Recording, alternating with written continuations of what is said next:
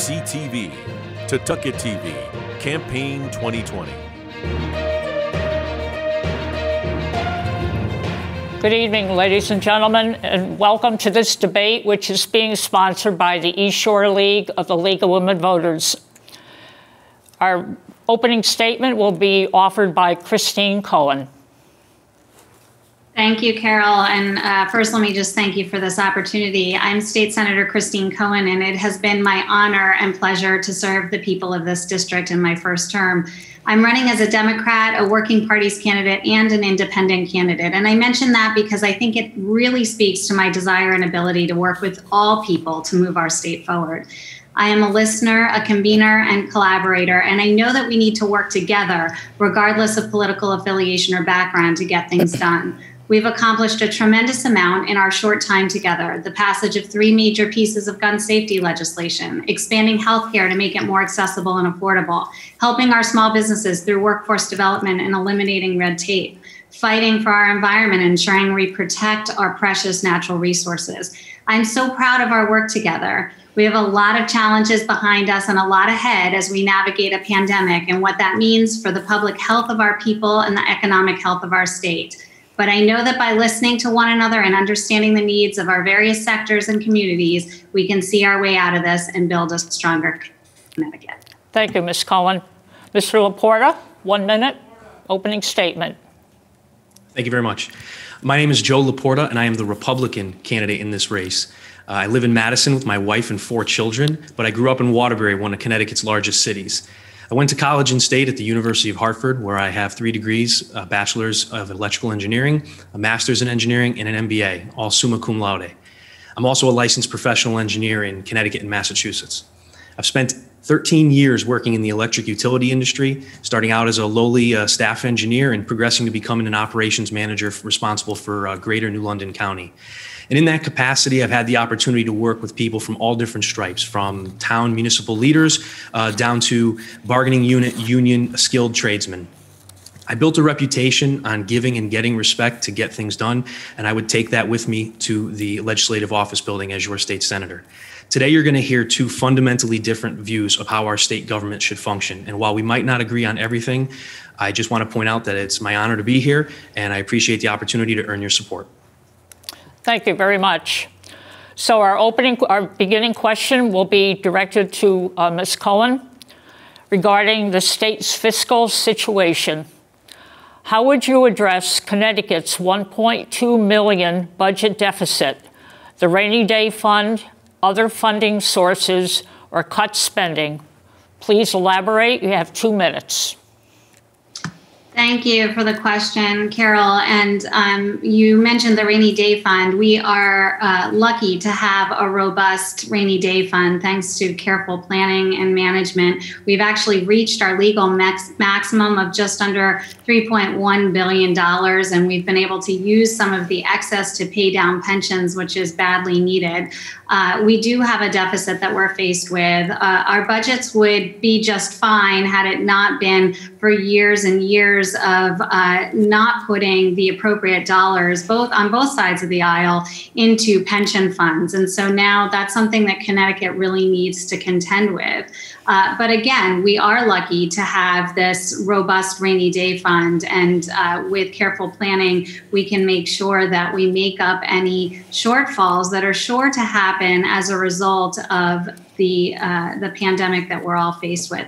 We have just received some really good news that our tax receipts are much higher than anticipated due to a healthy stock market and deferred consumption of goods and services, as well as real estate conveyance tax receipts being up, which is also a terrific story about what's going on right now in Connecticut.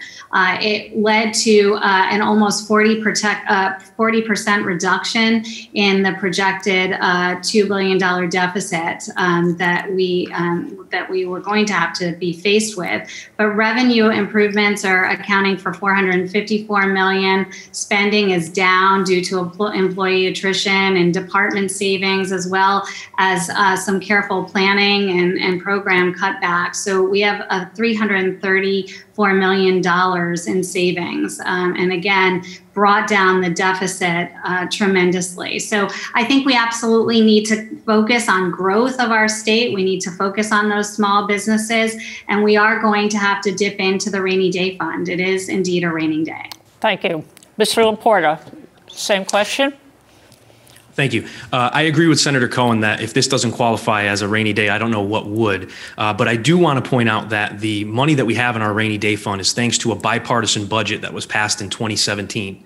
And in 2017, the Senate was actually at parity. It was an equal number of Democrats and Republicans. So Republicans had a chance to come to the table and offer their proposals on the state budget to prop up this rainy day fund that we currently enjoy. So I do want to point out that the fact that we have this rainy day fund is definitely due to bipartisan effort, and in large part due to the fact that we had bipartisan representation at the State House. As it pertains to how we can prevent future deficits of this nature, there's only one proven way to get out of future deficits over and over again, and that is growing our state economy. And the only way we're going to do that is by passing bills and reversing policies that have made us inhospitable to business. Over and over again, every legislative cycle, new laws are being passed, and they don't necessarily have to be raising our taxes. Laws that get between the employee-employer relationship, laws that make it more expensive and more difficult to own a business and operate a business in Connecticut. I was getting my hair cut the other day, and the gentleman who runs the barbershop said if certain provisions get passed that keep being talked about, he'll just go back to being an employee and close his shop down. This is not the message that we need to be sending business owners in our state. And with that, I'll yield the rest of my time. Thank you, Mr. Laporta. Do either of you request a rebuttal? I don't think so. Okay. All right. Next question, beginning with Mr. Laporta. Regarding the infrastructure, where do you see the greatest need for improving Connecticut's infrastructure? Are public-private partnerships appropriate vehicles for addressing them? 2 minutes with rebuttal. Okay, thank you. As it pertains to infrastructure, this is something that I do in my daily job. Working in the electric utility industry, we have a large number of assets throughout the state of Connecticut and actually throughout the greater New England area. But the way that we do it in the private sector is we take a programmatic approach to our assets that are deployed to make sure we're getting the most value for the money we've already invested. I don't know that the state of Connecticut has done that. When we talk about infrastructure, it usually centers the debate around tolls, roads, and bridges. The way that I would suggest the state approach this problem is to take an inventory of every asset that we have using an engineering firm who does not have the chance to get subsequent contracts on the work. We want an honest understanding of what it is that we have out there, the age and the expected life remaining of these assets. We don't want to run into another situation where we have a bridge collapsing, as happened years ago. But we do want to make sure that we understand, using engineering data, what it is that we're faced with. Then we need to look at how it is we can pay for this. I am very much against tolls. I think it's another tax on the citizens. And I think it's a very non-progressive tax in that it will cost the same amount of money for an investment banker as it would an electrician to drive from New Haven to Stamford. I think that we need to look at the total amount of money that it would cost us to upgrade or improve on our infrastructure, which is another problem. When you talk about infrastructure, you need to determine, are we upgrading like for like, or are we increasing capacity? And once you know exactly what it is you need to do, you need to forecast those projects out, keeping in mind where your most critical projects are and attack them first. If this is done in coordination with reducing wasteful spending at the state level, we can improve our infrastructure in the state of Connecticut and avoid the need for tolls. Thank you, Mr. Laporta. Ms. Cohen? Yes, thank you. The issue is that we have over 300 severely deficient bridges and roadways, and we have a transportation system not meeting the needs of our lifestyles and business for the 21st century. It's preventing our economic growth and hindering our safety. So what do? The transportation fund, as my opponent just mentioned, is not getting better. And if we had it the way some of my colleagues on the other side of the aisle wanted it, we'd be in a very precarious position without the rainy day reserve funds necessary to get through this rainy day called the pandemic. And both of us, I think, just agreed that we absolutely needed those funds and will need those funds moving forward as we navigate this tough economy. I've said in the past, we're a pass-through state. There are 40% of drivers coming through from other states every day. We're charged to use their bridges and roadways, and they are doing damage to ours. But those repairs are instead falling 100% on the taxpayers of our state. I think we need a good, solid plan. I've been prepared to bring that plan to the people of our district for an honest and open discussion. Unfortunately, the plans didn't quite pass the muster, but I truly believe that we can get there by Dems and Republicans sitting down and hashing it out, much like has been done in the past, as was done with the bipartisan budget that Mr. Laporta mentioned. We've had two major funding sources for transportation, our gross receipts tax and our gasoline tax, both of which are drastically losing power because of the lack of consumption and the drop in gasoline prices. So we absolutely need to do something. There were proposals, for tolls within the last 2 years of the legislature. I think the question is, do businesses think that the transportation system is important enough to our economy to support tolls, or is there another plan? Thank you. Thank you. Do either of you wish to rebut? 30 seconds, not so much a rebuttal as it is an addition. Go ahead. Okay, thank you. I think overwhelmingly businesses, especially ones that are involved in the trucking industry or have multiple fleet vehicles, these businesses have made it very clear that they do not want tolls on our roads and bridges.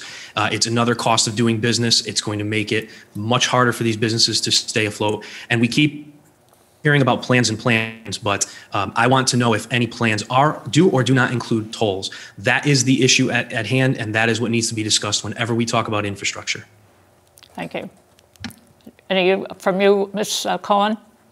Yeah, I would just add that there were several plans in 2019 that came through the legislature. One from the Republicans that wanted to take out of the rainy day fund and borrow to pay for our bridges and roadways, which would have created more taxes, more on the back of our taxpayers here in Connecticut, and that's just not fair. So we need to come up with a better plan so that businesses are enticed here, millennials are enticed here. Our transportation system just isn't passing muster. Thank you. Next question with Ms. Cohen beginning, the answers for the environment. Clean energy and disposal of plastics are major areas of concern to the environment. Would you suggest legislative or agency policy changes to address these or other environmental issues? And you have 1 minute. Thank you for that question. And obviously, as Senate Chair of the Environment Committee, this is of utmost importance to me. We actually have an existential crisis on our hands. Climate change is very real. Global warming is very real. Sea level rise, very real. And it impacts the people right here of our district. We live, adjacent to waterways of the state, the Long Island Sound. We have farmers throughout the state, rich in heritage here in Connecticut. There's a tremendous amount going on, a tremendous amount of work going on at the state level with respect to mitigation. We were able to get a plastic bag ban over the finish line in 2019, a huge win. We've been able to procure clean energy, wind power. We've been able to incentivize electric vehicles. We need to keep going down this path, and we need to take some bold action. Thank you, Ms. Cohen. Mr. Laporta? So as it pertains to clean energy, the rate at which we have been deploying green energy is unsustainable for our electric rates here in the state of Connecticut. The increase that we saw this past summer in our electric rates can be directly attributed to the last 8 years of nonstop green energy proposals that have come forward. If we want to, we need to look at green energy and renewable generation as one asset in a portfolio of generation. You wouldn't put all your money into one risky stock that doesn't have the technology quite yet up to snuff to be able to power the entire state of Connecticut. As it pertains to the plastic bag ban, while we were focused on plastic bags and banning straws and things of that nature, our state's trash to energy plant in Hartford was allowed to deteriorate. And now we have to truck all of our waste outside of the state of Connecticut to landfills in Pennsylvania and Ohio. I don't think that was a good thing for the Environment Committee to focus on. Thank you, Mr. Laporta. Next question, beginning with Mr. Laporte. Remote learning has proven to be an enormous challenge for families and teachers during this pandemic. Many parents feel that their children are receiving a lower quality of education than before. Can you suggest how the state might offer assistance to address the inherent difficulties in 1 minute, please? Absolutely. This is something that's affected me personally and many people that I know. COVID-19 has certainly changed us forever and brought a lot of issues to light. I commend the various school boards for their efforts to come up with a plan this year, but one size fits all just does not seem to be working anymore. I'm an essential worker, and I know folks who are also essential workers or people who work in the healthcare industry where husband and wife both have to go to work, and remote learning puts a real strain on their ability to not only educate their children, but just their daily lives. On the flip side, my wife is currently home with our children. So it's not as big of a strain on us as it is on them. I think we need to get out of the one-size-fits-all approach to education that we're used to in the state of Connecticut. We need to start looking at ways we can introduce choice. Not only can that adapt for situations like this once every 100 years pandemic, but it could also help to improve the quality of education for everyone. Thank you. Ms. Collin. Yes, thank you. And I actually have tremendous concerns with a voucher system that Mr. Laporta is referring to. I think it only serves to exacerbate the gaps in education that we have across the state, across the country, and across the world. And the pandemic is doing the same thing. We're seeing that communities where laptops are available and perhaps teachers have smaller class sizes are able to contend with this pandemic and distance learning, perhaps with more ease, although I would dare to say, I wouldn't venture to say that this is easy for anybody. But then some of the districts where laptops aren't available on a one-for-one basis, or that there's high levels of special needs and special education. We have a lot of work to do and a lot of learning. This pandemic hit us, and shifting to a remote learning system wasn't anything anybody had expected or prepared for. But we're doing our best with the resources that we have for us. Thank you. Our next question, beginning. Could I have 30 seconds to respond? Oh, yes. Sorry. Thank you. So I never directly mentioned a voucher system, but there are other ways in which choice could be implemented. Educational savings accounts that are not so dissimilar to your health savings account. I find it interesting, though, that Senator Cohen did mention that a one-size-fits-all is not possibly going to work. And we do have districts where, especially high special needs students, where the plan just doesn't seem to work. But that being the case, I think that only further emphasizes the need to include some element of choice in the way we educate our children. Thank you. Okay. No, Ms. Cohen, did you have a rebuttal? No, I would just say, just to continue on, I think, our school boards, our teachers, our staff, really deserve all the kudos in the world for doing what they're doing day in and day out and trying to differentiate instruction while some students are in the classroom and some students are home. It's a really tough job when all students are present, let alone when some are online and some are in class. And so they have yeoman's work ahead of them, and I'm grateful for their service. Thank you. Next question, beginning with Ms. Cohen. Do you think poverty is at the heart of Connecticut's education testing disparities? Can you suggest any solutions? 1 minute.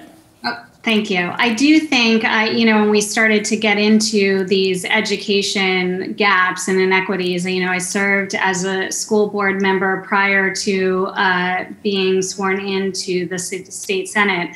And this is certainly something that we have to contend with as a state. It's not unlike most states throughout the United States of America, we have extreme levels of wealth and extreme levels of poverty. And we need to really be propping up working families to make sure that people are getting their fair share of the economy and they can give back. And that in turn will help our students and our education. I think we do need to address the testing gaps. We need to address the gaps in education, getting better school staffing, making sure there's equity in staffing from district to district, making sure there's equity in learning and classes that are being offered so that these students have a better chance of taking these exams. Thank you. Mr. Laporta? Yes, I don't think the exam should be the end goal. I think a quality education should be the end goal. I think the exam is just a symptom of the problem. The problem is that we damn students to failing school districts based on the zip code that they're born into, and that's not right. And I don't think throwing more money at the problem is going to be a magical solution. In Madison alone, we give $65 million to Hartford. We get $1.5 million back. Every year, we continue to see the money that's coming to our 12 district towns cut for education funding. I think we need to start looking at ways that we can give parents a choice so they can escape failing school districts and give kids an opportunity. Introducing choice, introducing competition is only going to make a better end product for everybody. Thank you.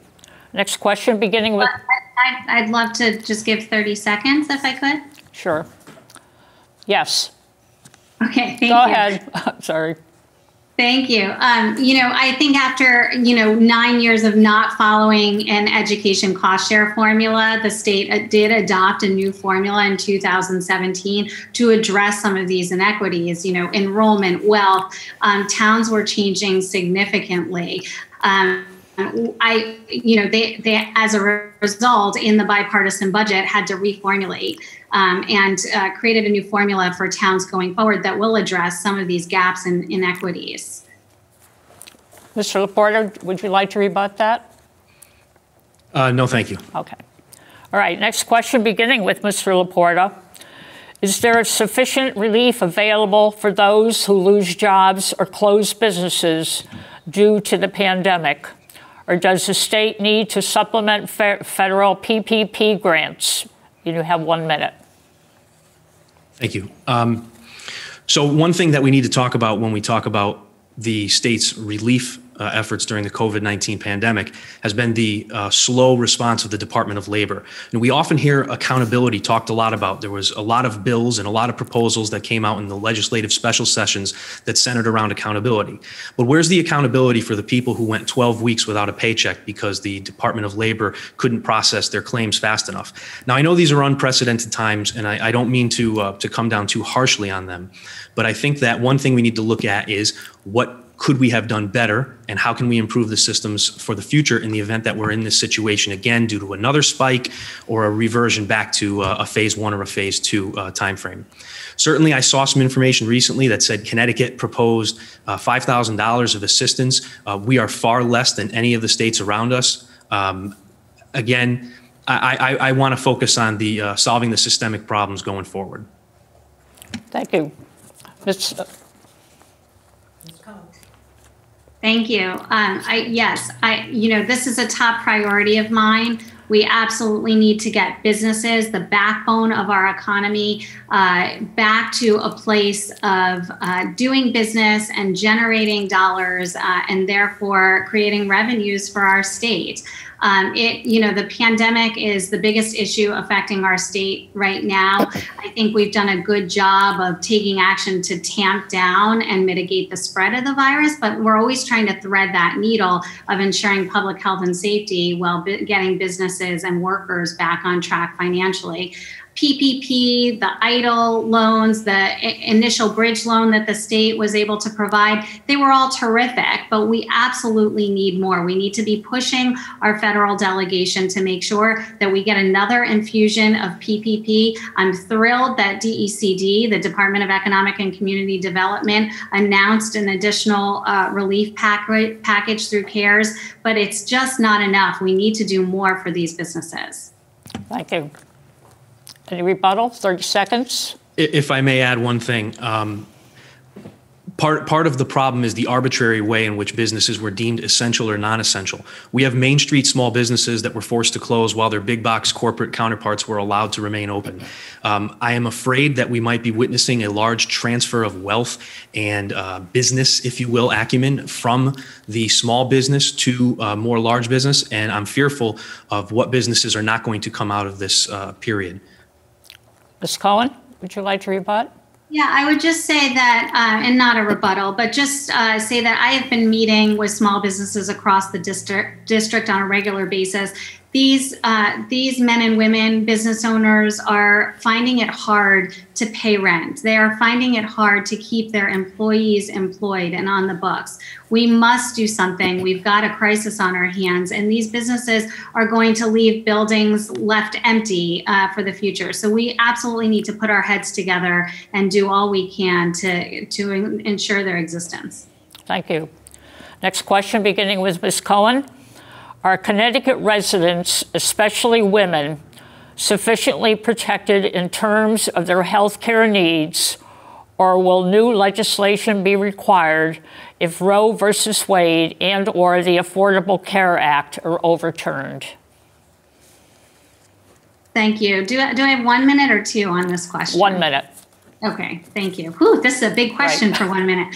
So we have made tremendous strides in healthcare. I do worry tremendously with our current administration in the White House and what's happening with the Supreme Court with what the future looks like for us. We've already seen extreme attacks on women's health. We created a council on women's health in 2019 to ensure we're monitoring the environment on women's health care, as well as advocating and taking action as appropriate. We have codified Roe v. Wade in the Constitution of Connecticut. So we're in good shape there because we had careful planners to make sure that is not overturned here in Connecticut. But the ACA is on, the Affordable Care Act is on the chopping block. And if that is overturned, I'm going to continue working to codify these most important parts, like pre-existing conditions that we were able to get into state law. And I'll push for solutions like a public option to ensure people have affordable options for insurance and health care. Thank you. Mr. Laporta.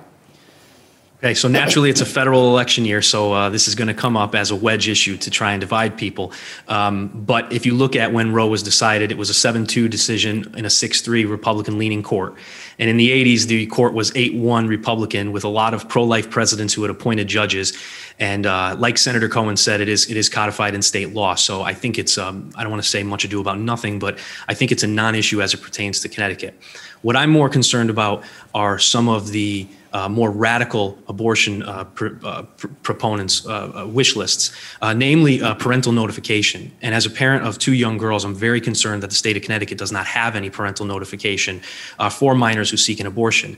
The states around us not only have parental notification, but some of them even have parental approval required. And what that does is it creates an environment where abusers can take their underage girls into Connecticut and get abortions without parental consent. A bill was put forward by Republicans to try and get that approved in Connecticut, and the Democrat Party voted it down. Thank you. Rebuttal? Are either of you? Thank you. I would just say that I want to make sure that women's health and reproductive health is protected, and that needs to happen here in Connecticut. We shouldn't be at an age where we're worried about somebody going, to a back alley doctor to get health care or not seeking health care at all. We saw the removal of Title X funds. That was a scary situation. We're in a great state here in Connecticut where we're ready. We're at the ready to protect that funding. Thank you. 30 more seconds, please. Yes. So that law that I mentioned about parental notification, there was even a proposal in it that allowed an underage girl to receive an abortion. All she had to do was tell the clinic, I would be thrown out of my home or something of that nature if my parents found out. It was still not voted on by the Democrat Party. I think this is a miss, and I think it protects pedophiles and people who prey on young girls. Thank you. Next question, beginning with Mr. Laporta. The Police Accountability Act You both have indicated continued interest in Connecticut's new police accountability law. Is the recent Old Saybrook police interaction with a person with Down syndrome an example of a need for better police training, additional professional staff, both, or other action? And would you amend the law? 2 minutes. Thank you very much. So I think both myself and Senator Cohen approve of the idea of additional training for officers, and certainly training for people with disabilities could absolutely be a portion of it. But the bad far outweighed the good in that law. A lot of times when laws come forward, and I do want to start off because this is a 2-minute response, the vast majority of bills that pass in the legislature pass unanimously or pretty darn close to it. But there are certain bills that are a little more divisive, pass on party line, or don't have the same amount of support. A lot of people can vote for a bill if it's 51% good, 49 bad. This bill was 99% bad, maybe 1-2% good. I think we need to look at a wholesale restructuring of this law. The removal of qualified immunity was a very bad idea. It puts the livelihoods of officers at risk. It's going to make it more difficult for people, good people, to want to become officers. And it's going to cost our towns more money, not only to purchase the liability insurance, but also the accreditation requirements that go far beyond just training, but also intricacies of how the building of the police department is laid out. I think overwhelmingly, what we see with the police accountability bill was a knee-jerk reaction that really doesn't do anything to solve the problem that they were looking to solve. Ms. Cohen. Thank you. I want to be clear. I have always held our first responders in very high regard. I am so proud of our local police, firefighters, all first responders for going out there each and every day and protecting us. With regard to the police accountability bill, there was a call from the people of Connecticut, but that in truth, this has been going on for a long time with the Judiciary Committee. We listen to both sides. I listen to both sides. In particular, we compromised and came to a better place. Many people were demanding further training, police accountability, and I made it very clear after listening to our local law enforcement officers across the district that I did not want the removal of qualified immunity. The initial bill did remove qualified immunity altogether, and I said I would not vote for that bill. I just think any officer who makes a mistake under this bill simply cannot be held liable. Egregious police misconduct is very rare, but certainly fairness demands that if it does happen, those harmed should be treated like the victims of any other kind of misconduct. And I don't know if my opponent wouldn't have would want to give immunity to a police officer who engages in willful, intentional, bad faith conduct that hurts someone. I would think not. But people who are doing their job, police who are doing their job, deserve to have our protection. And those who violate their oath in an extreme way that the law provides, they do not. This is not much different than, existing federal rights laws, which have not led to, an avalanche of different lawsuits. And, thank you for the question. Thank you. Rebuttal from either of you? Yes, please. So it's important to examine Connecticut's law versus other states' laws. Connecticut's law places no limit on the amount of damages that can be sought by somebody who sues a police officer. Certainly, the removal of qualified immunity didn't protect police officers from willful misconduct. There are other laws that still covered that, and to suggest otherwise is a little disingenuous. Ms. Cohen, would you like to rebut? Yeah, no, I'm not suggesting otherwise. I'm suggesting that there was no way for somebody under qualified immunity as it stood, if there was willful and wanton misconduct, to go, hold that police officer accountable. And certainly I've spoken with many law enforcement. They don't want those bad apples as part of their police force. It's very rare that they exist. And they feel that gives all of them a bad name. So I think this law was a step in the right direction, but we still have some work to do with it. Thank you. Anyone else? No. Okay. All right, next question, beginning with Ms. Cohen. For the Connecticut Conference of Municipalities recently wrote, the effects of systemic racism have consequences in housing, education, health, wealth, and nearly every other part of daily life. In fact, race is still the #1 predictor of success and well-being in our country. You have 1 minute to respond. Yeah, I mean, racial and social justice has been, something that we've been talking about for many, many years and has really been brought to the forefront, especially in light of George Floyd's recent murder. And that was a tragic situation. We really felt the call to do something and make some changes across the state of Connecticut and across the country.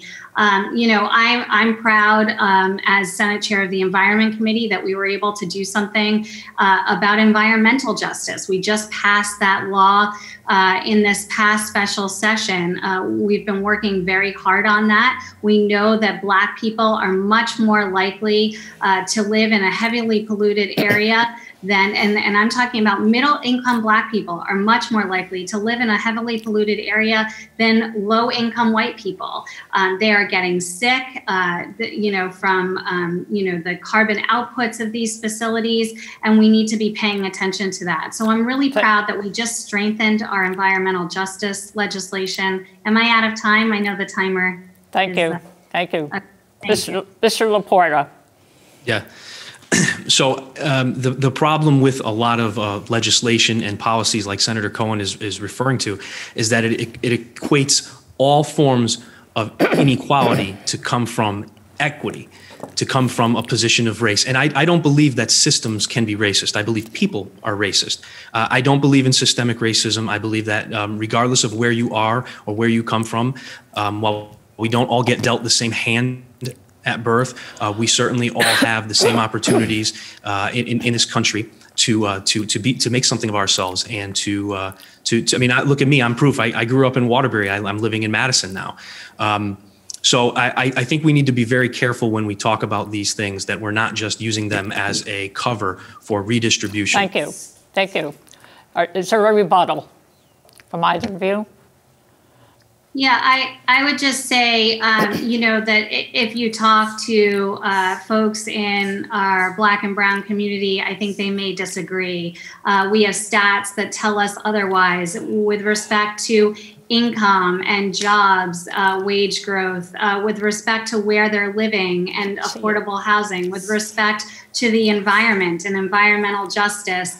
These are all clues that tell us that systemic racism does in fact exist, and we need to do our part to step in and see what we can do to fix it. Thank you. Next question, beginning with Mr. Laporta. Do you agree that people of color, especially during this pandemic, struggle to thrive in a society that often marginalizes them? If so, can you suggest measures to address this in Connecticut? 2 minutes. Could you repeat the question for me one time? Yes. Do you agree that people of color, especially during this pandemic, struggle to thrive in a society that often marginalizes them? If so, can you suggest measures to address this in Connecticut? That's a heck of a question there. And there's a lot of presumptions in the question in and of itself. I think all people are struggling right now in the middle of a pandemic. And certainly if you look across our lower income folks, they're probably struggling more than the folks in higher income. A lot of the jobs, a lot of the small businesses and large businesses closed as a result of the pandemic. Those were jobs that were on the lower income scale. A lot of folks with higher income jobs, remote jobs, technology jobs, they were able to adapt to either working remotely or working from home. But I think that when we focus solely on that which divides us or that which makes us different, whether that's race, whether that's religion, gender, we miss the full story. We need to stop picking winners and losers with our laws and with our policies, and we need to look at everyone as an individual. Every single person, no matter who they are, no matter what their background is, we have many different facets that make us who we are. Whether we're white, whether we're Christian, whether we're whatever, the logical conclusion of those intersectionality analysis, if you will, is individualism. And I believe in individualism, and I believe that we need to pass laws that support the individual and not pass laws that look to do something for this group or something for that group. We need to make this state and this country a better place to be, no matter who you are. And I think that is the proper role of government. Thank you. Ms. Cohen? Yeah, thank you. And yes, to answer the question, I do think because there are dramatic wage inequalities between white people and people of color, I think that is absolutely exacerbated in times of economic downturn. There's no doubt about that. I don't profess to have all the answers to that. I think we absolutely need to be mindful of it and know that as we move forward and we create packages to get folks back on their feet, we have to be mindful that there are these inequities and these gaps in wages and figure out how we can help people get back on their feet, get back to their jobs. The economic impact on low income earners has been far more significant than the rest of the labor force, and that's what happens that's what's happened in our last few recessions. It's been a huge impact on those low wage earners, and it's critical that we double down on our efforts to educate our workforce for the jobs of the future. We worked a lot in 2019 on workforce development programs, making sure that people have core competencies to go and apply them to different jobs, varying jobs that we're opening across the state of Connecticut. And it's the time for programs like the Skill Up program, for instance, which was introduced during the pandemic as a chance, an opportunity for people to gain those core competencies, go through online training programs and portals to train a future workforce and ensure that these folks can get back to work and get a paycheck. Thank you. Do either of you wish to rebut? Just to add maybe, workforce development programs, workforce training programs are just one phase of the solution. The other phase of the solution is to have a business environment that people can move into and not move out of Connecticut and go find work somewhere down south in a more business hospitable environment.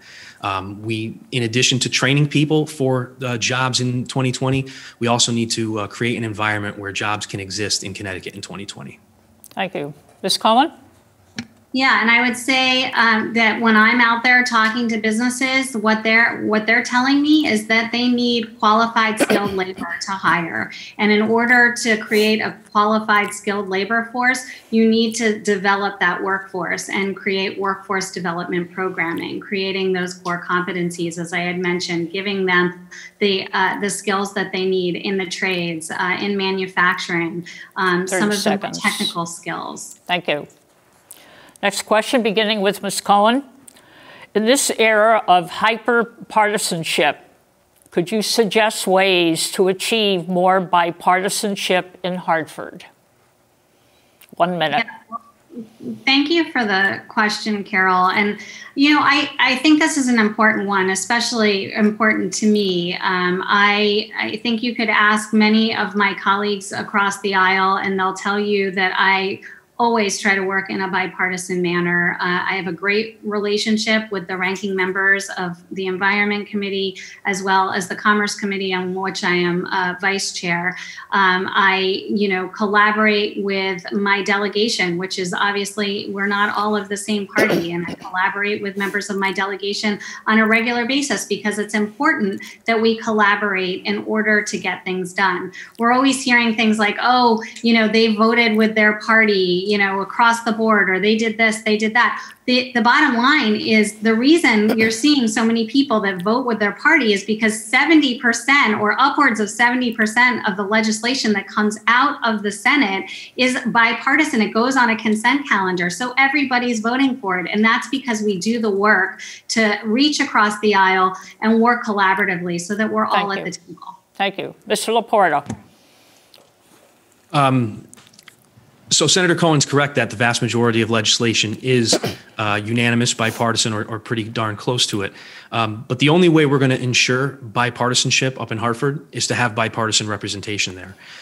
Over the recent past, the only time we had, like the rainy day provision that we were talking about earlier, was in the 2017 budget because Republicans had enough membership in the Senate to force it to be there. Unfortunately, what we've seen historically in Hartford, and I won't attribute Senator Cohen to this, but largely Republicans are shut out of conversations. Even with the police accountability bill, there were Republican members of that committee who weren't even aware that a public hearing was going to happen. And of course, it wasn't a public hearing, it was an online listening session. So I think it's great to talk about bipartisanship, and obviously that is the goal, and that is the lofty goal, because when both sides are represented, you get a better quality product. But evidence shows until we have bipartisan representation, we won't get bipartisanship. Thank you. 30 seconds, Ms. Cohen. Thank you, Carol. And I would just say, I'm not sure where my opponent got his information on the police accountability bill, but everybody on the Judiciary Committee, including ranking members, were aware of the public hearing. The ranking members were in conversations with the chairs of that committee and were very well aware of its contents as we move forward. And I would just say that I think that's true, that we need to work in a bipartisan manner, but the Republicans didn't even present a budget last year. So it's not a throw your hands up, but we're not going to work anymore because we don't have an equal number of seats in the Senate. We all have to work together. Thank you. Thank you. Next question, beginning with Mr. Laporta. Do you support changing Connecticut's constitution and adopting legislation to provide for early voting and no excuse absentee ballots, as 39 other states have done? 1 minute or 2 minutes? One. Okay, 1 minute. thank you. Thank you. So certainly providing additional access to the democratic process is a lofty goal, and it's bipartisan. That's why during the special session, when the opportunity came to expand absentee ballot access due to COVID-19, it was pretty much bipartisan and pretty much unanimous. But there was one dissenting vote, Senator Dennis Bradley out of Bridgeport, a Democrat, who remarked that he found absentee ballot fraud to be prevalent in his city. Those aren't my words, those are his words on the floor of the Senate. Now, as much as we want to increase access to the democratic process, we have to also do so by ensuring the integrity of the election. The mass mailing of absentee ballot applications exposed many people who are on the voter rolls who may have passed away or no longer live there. The reasonable position to hold is that while we are attempting to expand access to the voting process, we also have to make sure that we are respecting the integrity of the election. Connecticut's law that was passed 2 years ago to amend the Constitution doesn't include any time provision. So you could cast a vote now for the next presidential election. And I don't know any state that has that. We got to be reasonable. Thank you. Rebuttal? Ms. Cohen. I'm sorry. Thank you. I wholeheartedly believe that we should make voting as accessible as we can for everyone. Those who work off hours or are vital caretakers shouldn't be left out of this process. We need to join the masses. We are one of 6 states that doesn't allow pre-election day voting, and we need to change that. This should be something that the people of the state have a strong voice in. It requires a constitutional change, as you mentioned, Carol, and as such must appear on the ballot for a vote. We were close in 2019 when a supermajority passed a proposal out of the House, but unfortunately, my Republican colleagues in the Senate did not agree with its premise. And so while it passed, it did not do so with the 2/3 majority required to get it on the upcoming 2020 ballot.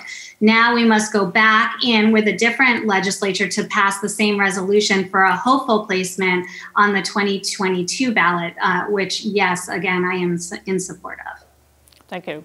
30-second debate. Rebuttal. I'm sorry. No, thank you. No? Okay.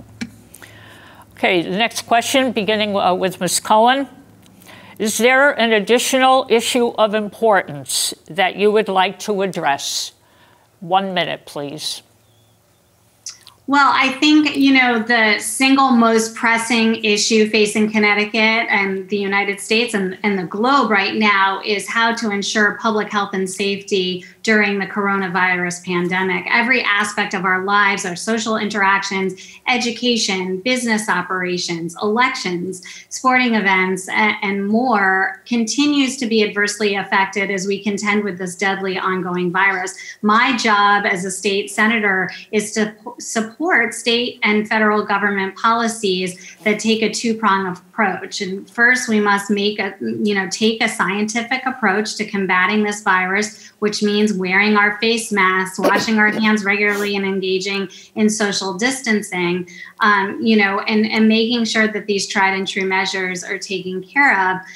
But we can also grow because our government has a vital role in providing financial aids to the families and businesses hurt by the economic impacts of the pandemic. So we have to work in concert together, to make sure we have robust and widespread economic recovery in Connecticut. Thank you. Mr. Laporta. So the question was open-ended, so Yes. I won't talk about COVID-19, but what I will talk about is public safety at large. We mentioned the police accountability bill, but we have other public safety issues in the state that are probably even far more pressing. For many years now, we've been letting violent criminals out of jail early. We are a sanctuary state. Now, when the Trust Act was passed a few years ago, it was done to make it so that way undocumented people could report crimes to the police without worrying about themselves being deported. But we've removed the exemption for people on the terrorist watch list and the a known FBI gang member database. I think that's made us less safe. I don't think that was a good idea, and my opponent and all her Democrat colleagues did support that legislation. Amendments were put forward to try and carve out exemptions for those specific individuals, and they were voted down on party lines. I really think we're headed in the wrong direction for public safety in Connecticut. Thank you. At this time, we will begin our closing statements. There will be 2 minutes each, and we'll begin with Christine Cohen. Thank you, Carol, and thank you once again to the League of Women Voters and Totucket and BCTV for hosting this debate in a manner that keeps everyone safe and healthy. And thank you, Mr. Laporta, for being here. I'm a moderate, bipartisan, research-driven legislator who cares deeply about the people of the state, its environment, education, healthcare, and economy. I'm focused on finding workable bipartisan solutions to Connecticut's most pressing public policy needs. As a mother, a business owner, a former school board member, and now as a state senator, I have the experience and the ability to weigh and synthesize various options and outcomes to find the answers to a variety of problems affecting many different constituencies. I believe that we do our best work when we're working together, and my track record highlights my ability to work across the aisle and develop real results for our district. I'm energetic, honest, and committed to serving the people of Connecticut with integrity and compassion. I love this beautiful state and feel so privileged to live here. I adore the communities of which I am a part and the work that I do to serve them. I'm committed to making those communities stronger, and I'm grateful every day for the honor to serve the people of the 12th District and bring their voice to Hartford. And I'm hopeful that the constituents will once again put their faith in me on November 3rd or when they cast their absentee ballot.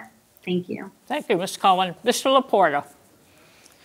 I want to start off by thanking the League of Women Voters and thanking Senator Cohen for taking part in this as well. But I also want to extend some thanks to my extended family as well as Senator Cohen's family. I don't think most people realize the toll that running for office has on the loved ones and the family members of the candidates, and I would be remiss if I didn't extend my gratitude to both families. They certainly didn't sign up for this. So that being said, I want to end with a question. And the question is to the voters in the 12th District. And do you agree that we are heading in the right direction as a state? Is this the state that we want to leave behind to our children? I agree with Senator Cohen that this is a beautiful state and we're probably the best part of the state. But my concern in this is that when COVID-19 is over, we're going to go back to business as usual. we cannot go back to business as usual in Connecticut. We've had largely one-party rule for my whole adult life, it seems. We are near the bottom of every major economic indicator that there is, and we have some of the highest taxes in the nation. Our businesses continue to leave the state, and our housing values were going down until the pandemic got more people to leave the cities and to come to our state. But we need to use that as an opportunity now. The nature of work looks like it's changing. We talk about Connecticut being a pass-through state earlier. I don't know that that's going to be the case anymore. As more people adjust to living remotely, we have a lot to offer. We need to right-size our state government. We need to cut where we can, cut wasteful spending, and cut regulations that aren't doing any good for our state and only hampering business. We need to build business, build industry, and give people a reason to come here to live, work, raise a family, start a business, and to stay here when they retire. I really appreciate the opportunity to be here and to run as the Republican candidate for state Senate. And I appreciate the opportunity to be here with Senator Cohen. It's been a blast. Thank you. I'd like to thank both of our candidates, Christine Cohen and Joe Laporta, for being here today. I would like to thank Totucket TV for the use of their studio. And all 6 towns in the 12th Senate District will receive a recording of this debate for their local TV and online links. I would also like to remind people that the League of Women Voters is a nonprofit volunteer membership organization, and we say thank you to the East Shore League of the Women Voters for arranging for this debate. Thank you for watching, and be sure to exercise your precious right to vote on or before November 3rd. I wish you a very good evening. Thank you.